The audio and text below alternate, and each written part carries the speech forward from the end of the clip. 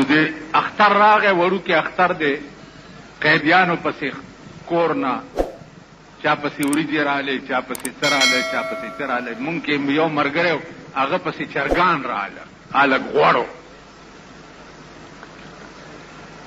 چې چرګان راغله نو سهار زه د هغې بارک ته ورغلم، چې ورغلم نو یو چرګ اوس بانګ ته ځان جوړی،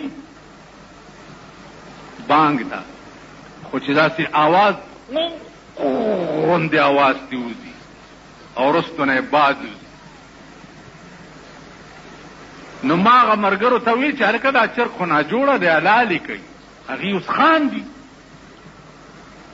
چې خاندي نو ما ته مال ولې غلطه خبره مې وکړه چې ناجوړه دی، حلالې کوي. ویل ناجوړه نه دی، مونږ سره یو سړی و چې ډېر ټوکي و، د دې چارسدی و، ډېر ټوکي و. ا دې چرګ چېرته د شپې بانګونه وي نو هغه یې خوب ته نه پرېښود. نو هغه تیلو بوتل راغستی دی او د چرګ له یې وروستو دا د لوی او دسمات یې ځای غوړ کړی دی. نو چرګ به چې زور ځان له کولو نو وروستو به ترې باد وته. اوس به ځان ته خیال کوئ چې هغه د چرګ ورونه نه دي که نه. ما ته وی چې دته بیګا فلانی خان دا چل کړی دی.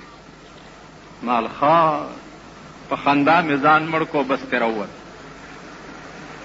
سړی ما پسې بارک ته راغی. چې راغی ما ته مولانا مالی ویلې دا ستا ملګری نه دی دا مولا؟ نو مونږ 4 مولیانو په جیل کې او 400 را سره نور قیدیان. نو مونږه تقسیم کړو چې یو به اذان کوي، یو به اقامت کوي، یو به امامت کوي. د جمعې مونځ یې ما ته حواله کړو چې جمعې مونځ به ته ورکړې. ویل مونږ مازدیګر کې د چمن ته راوځو، هسې سیل کوو، پام غلطو چې ګورو دا ملا به په بانګونو شروع شي. ده سره مې چا د چرګ کار نه کړی، پرېږدم یې نه دې ملا سره. ما سړي توب زده کړه.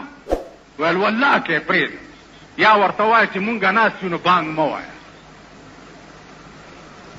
اوس بانګ به څنګه نه وایي هلکه، د مانځه ټایم چې راشي نو بانګ به نه وایي. ماښام ټایم دی او مازدیګر کې مونږ ټول ناست یو.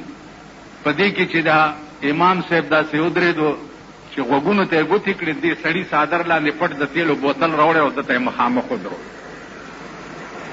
چې ویې درول هغه چې داسې بوتل ته وکته، اذان یې په ځای پرېښو، منډه یې کړه. چې منډه یې کړه، څه چلو شو شاه صاحب؟ ویل تیلو بوتل نه ګورئ، دی ښه موږ د چرګ کار ما سره هم کوي. نیمه ګنټه مونږ مونځ نه شو کولی. خیال م راغی. نو خبره دا ده چې دا ډېر پوه حکومت دی.